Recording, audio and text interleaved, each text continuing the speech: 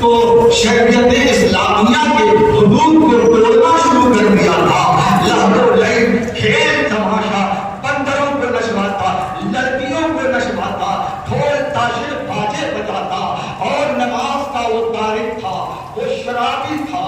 اس لیے امام اگر ہاتھ دے دیتے تو آج سچا اور نکھرا ہوا اسلام ہم تک نہیں پہنچتا.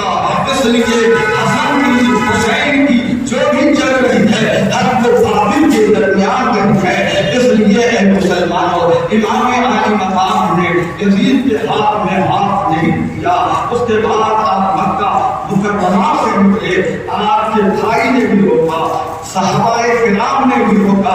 پھر آج اعتراض ہوتا ہے صحابہ حسین کی فوج میں کیوں نہیں. میں کہتا ہوں صحابہ نے حسین کو روکا ضرور ہے، لیکن حسین کے جانے کو غلط نہیں کہا. کہا کوفی جائیداد ہوتے ہیں، اے حسین مت جائیے، وہ بھرے سے بھروسے کے لوگ نہیں ہیں. آپ کے والد کے ساتھ بھی انہوں نے طلاق دی ہے، اس لیے آپ مت جائیے. روکا ہے لیکن یہ نہیں کہا آپ کا جانا غلط ہے، بلکہ حسین نے مدد نہیں مانی، کیونکہ حسین کرسی کے لیے نہیں آ رہے تھے، اقتدار کے لیے نہیں آ رہے تھے. رب کا وعدہ ہے آج اعتراض کرنے والے قرآن ہی پڑھ پڑھ کرتے آج تک یونیورسٹی پر یہ سبق نہیں جا کرتے ہیں کہ دیکھو اللہ کا وعدہ ہے ان تنصروا اللہ ینصرکم، اگر تم اللہ کی مدد کرو گے تو اللہ تمہاری مدد کرے گا. حسین